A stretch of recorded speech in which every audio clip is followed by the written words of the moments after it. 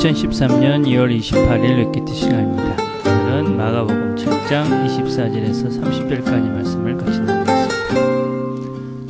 함께 듣는 찬양은 좋으신 하나님 내게 말씀을 주셨네. 주는 나의 진실한 하나님 내 삶을 인도하시네. 마음 깊은 곳을 위로하시며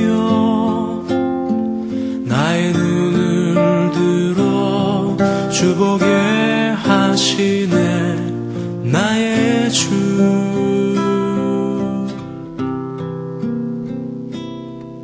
주는 나의 좋으신 하나님 내게 말씀을 주셨네.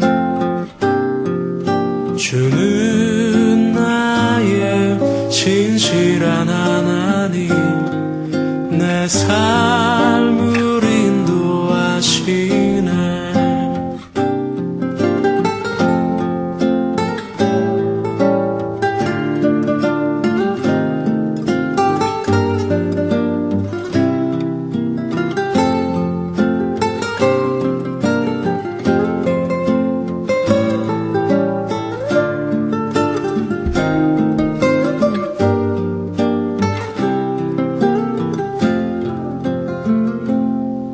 마음 깊은 곳을 위로하시며 나의 눈을 들어 주보게 하시네. 나의 주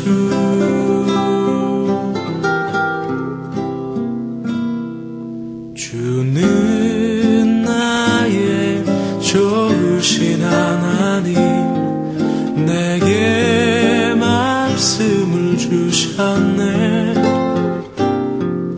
주는 나의 진실한 하나님 내 삶을 인도하시네.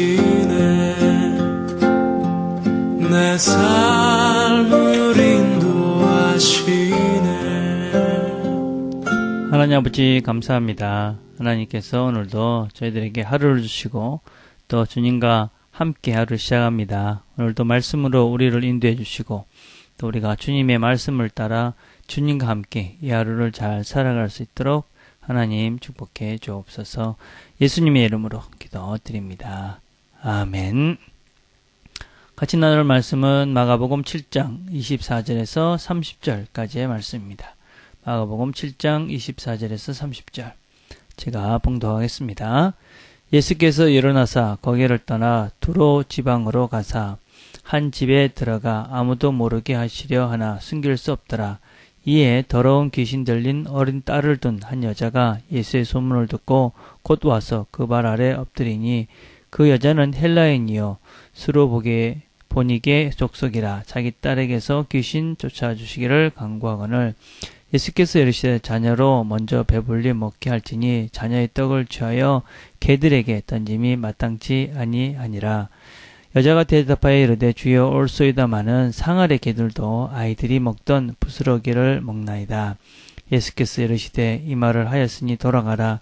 귀신이 내 딸에게서 나갔느니라 하시매 여자가 집에 돌아가 본즉 아이가 침상에 누웠고 귀신이 나갔더라. 아멘. 우리는 어제까지는 예수님께서 바리새인들과 이 전통과 율법에 대한 유전에 대한 그런 논쟁을 하셨던 이야기를 살펴보았습니다. 오늘은 주님께서 이런 유대인과 바리새인들의 핍박을 피해서 잠시 휴식을 취하고자 이스라엘 지경의 바깥으로 이방 땅으로 가셨습니다. 주님이 가신 곳은 어디냐면 두로 지방이다 라는 곳이었습니다. 이 두로 지방이라는 것은 가보나움, 그러니까 이 가보나움이라는 이스라엘의 끝쪽에서 약 60km 떨어진 있는 항구 도시입니다. 그래서 이 도시는 고대로부터 페니키아인에게 유명했던 그런 한국 도시고 지금은 레바논 지역입니다. 이 지역은 특별히 이 반유대인 감정이 많았던 지역이었습니다. 그래서 이스라엘과 아주 감정적으로 좋지 않던 지방. 그래서 유대인들은 이 지역을 이방의 땅, 어둠의 땅이다. 그렇게 불렀던 곳이었습니다. 그곳에 가서 주님은 쉬고 싶으셨지만 사람들은 알아보고 주님에게로 예수님께로 나왔습니다. 근데 거기에 뜻밖의 한 여인을 만나게 되고 성경은 그 여인의 이야기를 아주 자세하게 기록을 하고 있습니다. 이 여인은 이방 여인으로서 어떤 면에서는 하나님 말씀이나 율법에 대한 배경이 거의 없던, 그리고 율법도 지킬 수 없었던 그런 환경에 있던 여인이었습니다. 근데 마가복음에서는 유일하게 주님을 만났을 때, 예수님을 만났을 때 주님 그렇게 부르시면서 주님에게 긍휼을 베풀기를 원했던 사람이 바로 이 여인이었습니다. 근데 우리는 이 이야기 보면 조금은 이상하다는 것을 볼 수 있습니다. 주님께 나와서 우리 아이가 이렇게 힘이 됐으니까 이렇게 이 아이를 고쳐주십시오. 이렇게 이야기하는데 주님께서 이렇게 말씀하십니다. 자녀로 먼저 배불림 먹게 할지니 자녀의 떡을 취하여 개들에게 던짐이 마땅치 아니하니라. 그러니까 우리도 쉽게 알 수 있듯이 이 여인을 개라고 그렇게 비유하면서 어쩌면서 이 여인의 그런 애달른 마음을 무시하면서 나는 이방인보다는 유대인들이 하나님의 자녀고 너희들은 개들이다. 이런 식의 표현을 하고 있는 것들을 볼 수 있습니다. 이 말은 사실 당시에 유대인들은 이방인들을 가리켜서 개들이다. 그렇게 표현을 했었습니다. 그러면 주님께서도 이 이방 유대인들이 했던 그런 표현을 그렇게 했을까? 우리가 이 마가복음은 이방인들을 위한 복음서입니다. 이방 사람들을 위해서 쓴 것입니다. 아마 이 복음서를 처음 읽었던 사람들은 주로 이방에 살던 사람이었었고 그 당시 사람들은 아마 이 예수님도 유대인이니까 이방인들을 그렇게 생각할 수도 있지 않았겠나. 예수님은 유대 사람이니까 우리 이방인들을 개라고 그렇게 취급할 수도 있지 않았겠나. 그런 생각을 했을 것입니다. 그래서 많은 이야기 중에 그 이야기를 기록했고 또 예수님은 실제로 그렇게 말씀을 하셨습니다. 그런데 결국은 어떻게 합니까? 이 여인에게 은혜를 베푸셔서 그 이방 여인, 그 여인에게도 주님이 어떤 면에서는 개라고까지 이야기했던 그 여인에게도 주님은 긍휼을 베푸시고 또 그 딸을 고쳐주십니다. 이 여인의 믿음, 하나님의 율법을 안다고 하면서 전통과 또 자신의 유전에 매여있던 이 사람, 하나님 말씀을 버리고 하나님을 믿지 못했던 이 유대인들, 하나님의 자녀라고 스스로 얘기하던 그 사람들은 지금 예수님을 거부하고 예수님이 그들을 피해 다녀야 될 그런 형편에 있는데 전혀 율법도 모르고 유대인들에게 멸시를 당하던 여인, 그 여인은 예수님이 누군지를 알기에 개라고 취급을 받아도 그분에게 의지하고 나가는 모습들을 볼 수가 있습니다. 우리는 이 본문을 통해서 우리에게 주는 아주 두 가지 귀중한 교훈을 보게 됩니다. 첫째, 이 여인의 믿음입니다. 이 여인은 어떤 믿음을 갖고 있었습니까? 무엇보다도 자기 자신과 이 예수님과의 차이를 분명히 인정했습니다. 주님인데 주님이 어떤 면에서 종한테 개라고 그래도 무슨 할 말이 있겠습니까? 하나님과 우리와의 차이, 그것을 이 여인은 잘 알고 있었습니다. 지금 세상은 점점 이상해져서 하나님이 다 우리가 됐고 우리도 다 하나님이 될 수 있다라는 이상한 생각을 가지고 있습니다. 사람은 절대로 하나님이 신이 될 수 없습니다. 사람은 사람일 뿐이고 그리고 하나님은 하나님입니다. 이 사이가 분명해야지 우리가 바른 삶을 살아갈 수가 있습니다. 그래야 불필요한 열등감이나 불필요한 교만함에 빠지지 않고 우리가 바른 균형 잡힌 삶을 살아갈 수 있습니다. 그래서 주님께서 우리를 가리켜서 개라고 그래도 어떻게 취급해도 우리는 할 말이 없습니다. 특별히 우리는 이미 죄로 죽은 자들입니다. 그래서 우리는 죽었기 때문에 죄를 졌기 때문에 하나님께 할 말이 없습니다. 그런데 우리를 구원해 주셔서 진리의 길, 영생의 삶을 살게 해 주셨습니다. 그래서 감사하고 은혜인 것입니다. 그래서 우리는 하나님과 나를 비교할 수도 없을 뿐만 아니라 하나님이 나에게 베풀어 주신 은혜가 너무나 크기에 감사하면서 살 수밖에 없는 존재다. 이 여인의 마음이 그거였습니다. 비록 내가 개지만 나는 어떤 면에서 구원받을 수 없는 존재일 수 있지만 부스럭이라도 그렇게 떨어진 거라도 먹고 제가 은혜를 받고 그렇게 살면 됩니다. 라는 그런 주님에 대한 절대 구별됨, 나와 하나님과의 그 차이를 명백하게 인정하고 있었던 여인이다. 우리도 그런 자세가 필요하다 하는 것을 배우게 합니다. 두 번째는 이 여인의 간절함입니다. 괴라고 하면 어떻습니까? 중요한 것은 나의 딸이 낫는 것입니다. 지금 이 여인에게는 자기 딸이 무엇보다도 중요하고 어느 것보다도 중요합니다. 그 딸이 낫는 것, 그것이 있다면 뭐 괴라고 불러도 별 상관이 없는 것입니다. 주님이 하나님이시기 때문에. 우리는 별것 중요하지 않은 것 때문에 본질을 놓치는 경향들이 있습니다. 신앙생활을 하면서 제일 안타까운 것이 무엇이냐면 교회를 다니다가 사람들의 말 한마디에 시험이 들어서 나는 저 사람 때문에 교회 안 간다. 신앙생활 안 한다.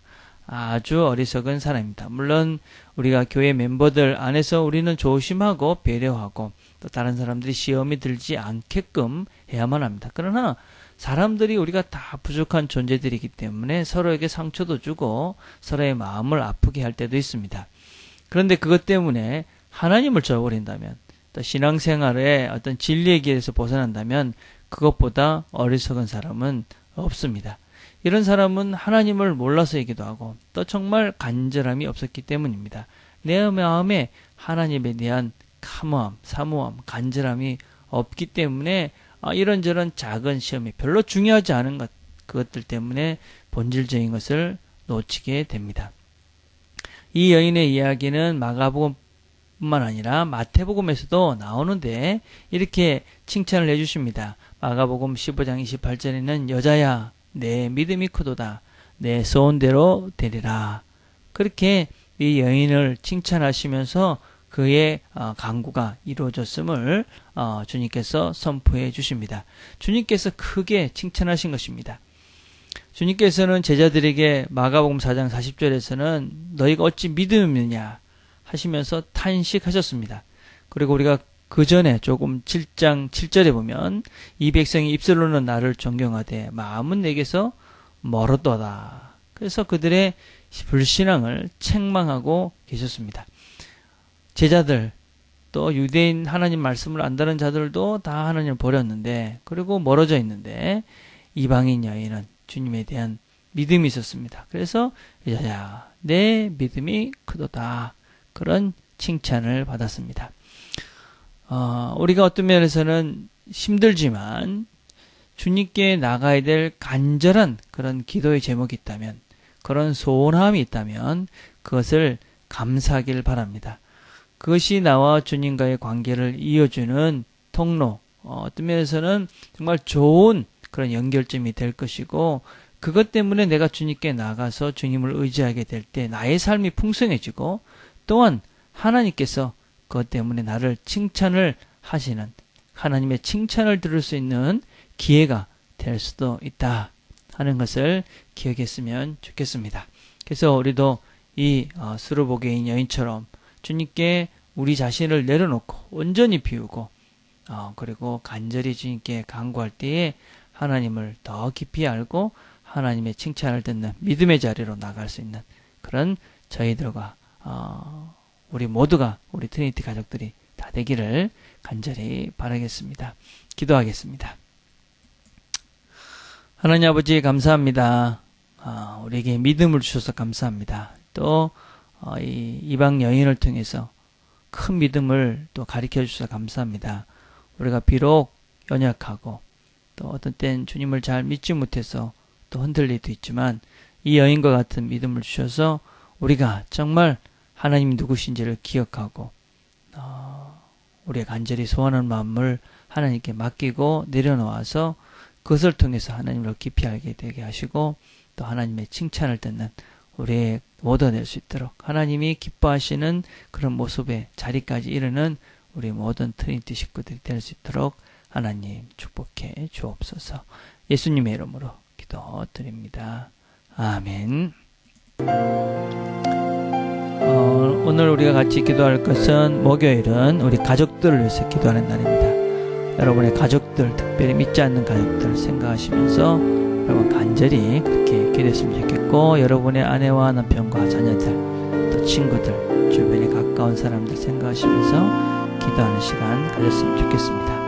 그리고 우리가 같이 묵상해 볼 것은 내가 정말 간절히 원하는 것이 있는가, 그리고 그것을 가지고 얼마나 하나님께 매달리고 있는가 하는 것들을 묵상하시면서 그런 것들을 통해 하나님께 더 가까이 나아가는 저와 여러분 되기를 간절히 바라겠습니다. 개인적으로 기도하겠습니다.